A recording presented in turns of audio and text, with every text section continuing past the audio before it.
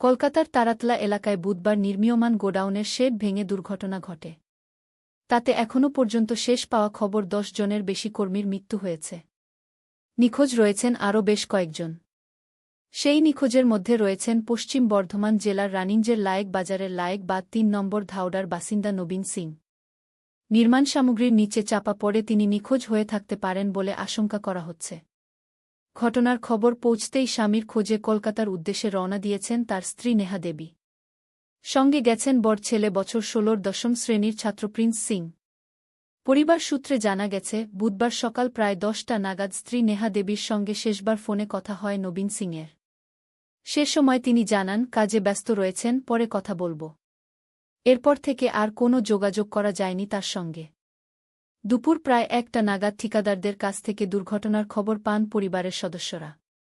খবর পাওয়ার পরেই বুধবার দুপুর ২:৩০ নাগাদ নেহা দেবী বড় ছেলে প্রিন্সকে সঙ্গে নিয়ে স্বামীর সন্ধানে কলকাতার উদ্দেশ্যে রওনা দেন।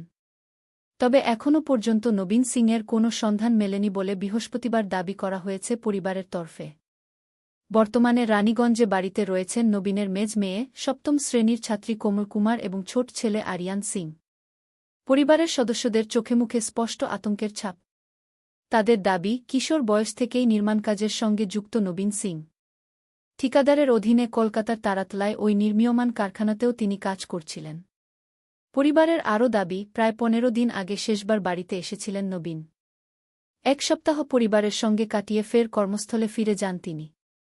তার হাতে উল্কি দিয়ে নিজের নাম লেখা রয়েছে বলেও জানিয়েছেন পরিজনেরা, যাতে শনাক্তকরণের ক্ষেত্রে সুবিধা হয়। কলকাতার এই দুর্ঘটনার খবর রানীগঞ্জে পৌঁছতেই লায়েকবাজার এলাকার বাসিন্দাদের মধ্যেও উদ্বেগ ছড়িয়েছে। পরিবারের একমাত্র উপার্জনকারী সদস্যের খোঁজ না মেলায় কিভাবে চলবে সংসার, সেই চিন্তায় দিশেহারা পরিজনেরা। এখন সকলের একটাই প্রার্থনা, যত দ্রুত সম্ভব নবীন সিংয়ের সন্ধান মিলুক। তবে পরিবারটা বাঁচবে।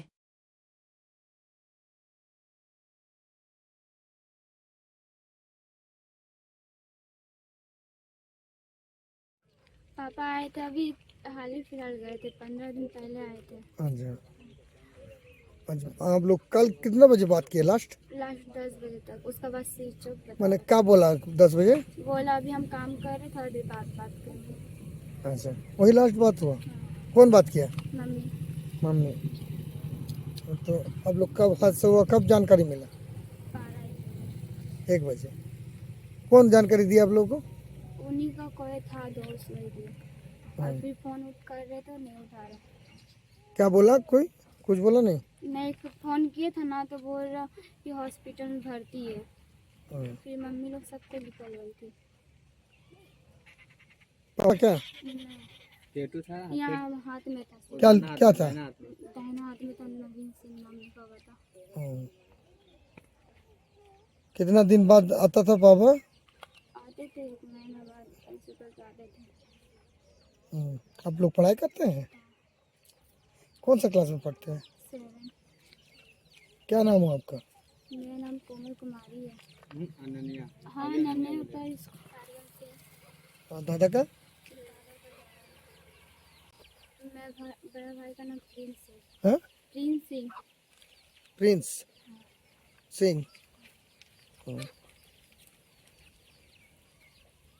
कौन गया वहाँ? भैया और मम्मी। क्या नाम बोला आपका? कोमल कुमारी।